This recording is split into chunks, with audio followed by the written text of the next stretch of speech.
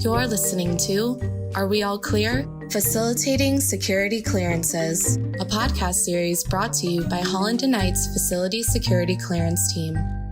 Over the course of this series, our attorneys will help take the mystery out of obtaining and maintaining security clearances for government contractors throughout the business lifecycle. So are you ready to dive in and find out? Are we all clear? Welcome to the 7th episode of Are We All Clear? The podcast on facilitating security clearances. I'm your host, Molly O'Casey, an international trade associate with Holland & Knight's Washington, D.C. office. Today's episode will discuss FSOs, or Facility Security Officers. We will talk about the FSO's role, scope, and importance, as well as how to select an FSO. Today's speakers are Antonia Tzinova and Libby Bloxom. Antonia is a partner with the International Trade Group in our DC office. Antonia leads Holland & Knight's CFIUS and Industrial Security team. Libby is an associate with the International Trade Group in Holland & Knight's Dallas office, where she practices international trade and commercial transactions. Welcome back to the podcast, ladies. Hey, Molly. Good to be back. Yeah, hey, Molly. Thanks. Alrighty, let's get started. So, who is the FSO? Okay, the FSO, or the Facility Security Officer, is a position that at the cleared company that is mandated under the NISPOM, the National Industrial Security Program Operating Manual. So every cleared company must have one, and the FSO must be cleared at the level of the company. Maybe Libby wants to add more. Sure, thanks, Antonia. The FSO is the officer responsible for ensuring that a company with a facility security clearance maintains a secure environment. So I think it's important to remember that a company with the facility security clearance has made a commitment to the U.S. government to put in appropriate security controls to protect classified information that the government has entrusted to that company. And a big part of this commitment is appointing someone at the company to act as the FSO. Got it. So while everyone in a company is responsible for maintaining security standards, the FSO has the main responsibility for keeping the company compliant. What does the FSO role entail? So as I just said, the FSO is responsible for implementing and maintaining the security program that complies with the NISPOM and working with the DCSA, or the Defense Counterintelligence and Security Agency, representative to process and maintain the company's facility security clearance. So all of the documentation we have discussed in the other episodes that have to be submitted to DCSA, the FSO is responsible for compiling and submitting this through the NIST system, the National Industrial Security System, and providing any updates to that information in a change condition package. Other duties that the FSO has, making sure that employees, visitors, and information are safe within the facility, like logging entry records for employees, visitors, vendors, suppliers, monitoring security footage, managing access to controlled or restricted areas, as well as investigating any suspicious events or behaviors. The FSO is responsible for reporting information that could affect cleared employees, so foreign travel plans, and this also includes adverse information about those employees and suspicious contacts they may have. In addition, the FSO must train cleared employees and is responsible for implementing all of that training for the employees as well. So lots of paperwork, reporting requirements, and collaboration with senior management, government officials, and lawyers like us. So it sounds like once the initial implementation of the NISPOM requirements and the establishment of the SCL is complete, the focus is on record keeping, training, and investigating or reporting violations. How is an FSO chosen? The FSO is an employee of the company, and that's important to remember. It's typically chosen by senior management. This can be one of the other KMPs, for example, the senior management official. Most often, though, it is an employee that is tasked with overseeing security compliance. This person must be a U.S. citizen, and he or she must be eligible for personnel clearance and must be an employee of the company. A lot of musts here. It's important to remember. And then once the person is appointed, they may use the services of outside counsel or an outside consultant. There are companies out there that outsource FSO services in discharging some of the responsibility of the FSO. However, I want to emphasize it is a company employee and it is one of the company's KMPs, or key management personnel. Right. And when in the FCL process is an FSO selected? So at the very beginning, we've discussed in prior episodes that a facility clearance is not issued in vacuum. Either the government customer or a prime contractor must sponsor a company for facility clearance. And so in the very sponsorship letter, which is submitted by the sponsor to DCSA, the FSO must be identified. And this is the person who will interface with DCSA from the very beginning in establishing the facility clearance. Therefore, as soon as the company is ready to have its paperwork submitted to DCSA for processing, they should have already identified the FSO and included them in the paperwork. So he becomes the contact person for DCSA. Lucky them.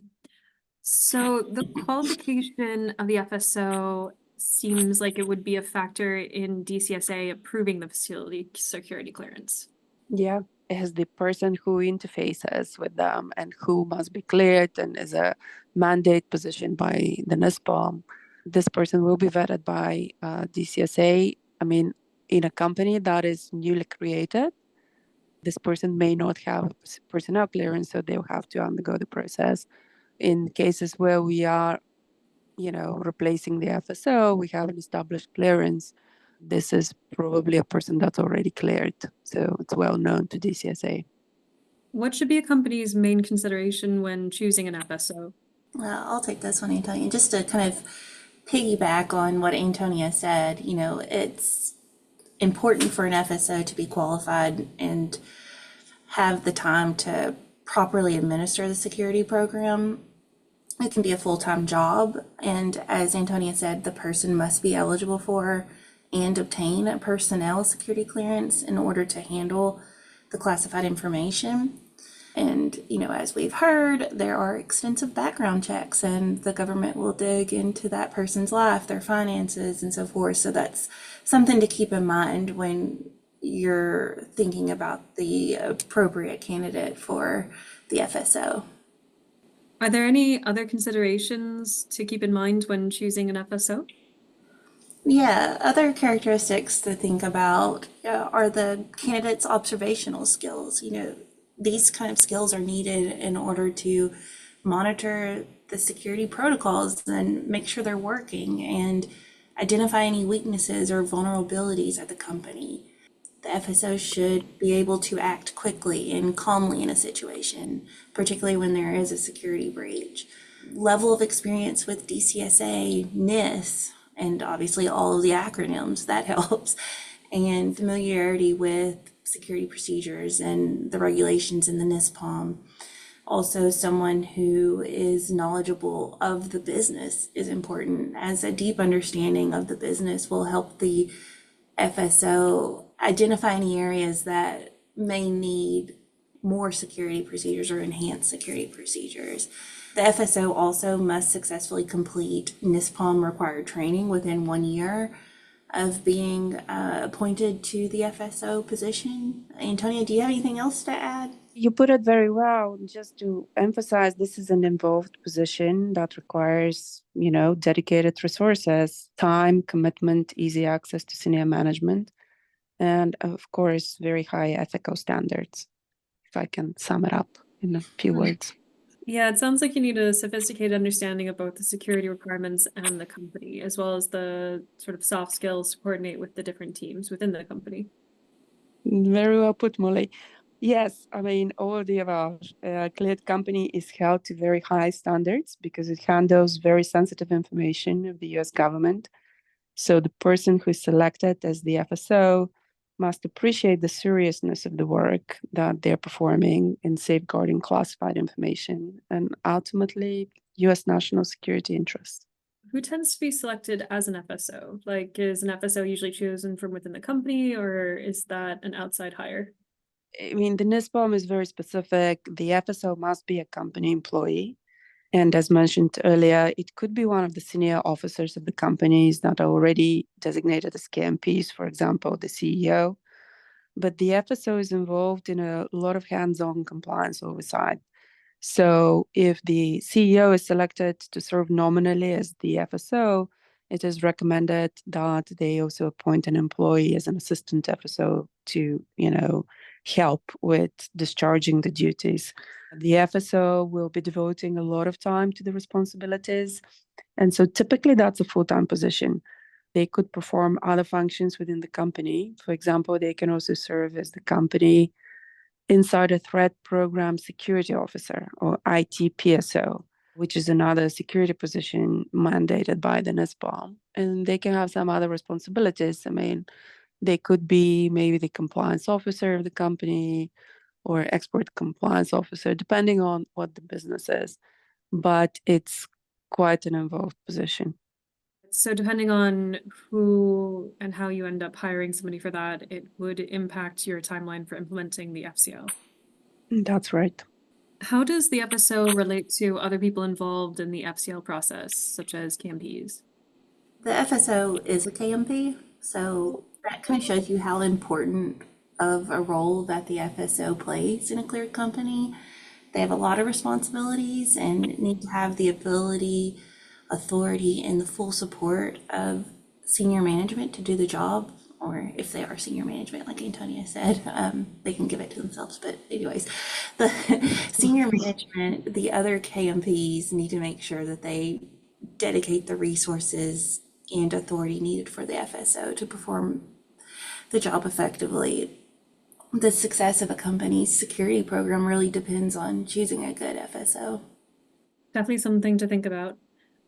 Thank you so much for coming on and sharing your thoughts with me today. This area is full of acronyms. This week we were introduced to Facility Security Officer, or FSO, and Insider Threat Program Security Officer, or ITPSO. Each episode we asked our speaker to explain an acronym that featured in the episode with wrong answers only. So ladies, do you have a acronym you would like to provide the wrong answer for? Sure, I'll go with FSO, but I think I missed an opportunity there with ITPSO. Next time. FSO, when choosing an FSO, remember to find someone observant. Oh, there you go. I mean, on my end, I don't know how I can top what Libby suggests, but I'm just going to build on hers. Find someone outstanding. Yeah. Well, I think pretty much every I part could of our have chosen obstinate or objective, but I thought outstanding is probably better describing the person. Well, I hope that we can all find somebody who's observant, outstanding, and potentially obstinate. Thanks you so much for your time, ladies. I hope everyone has a great week. Thank you for listening to Are We All Clear?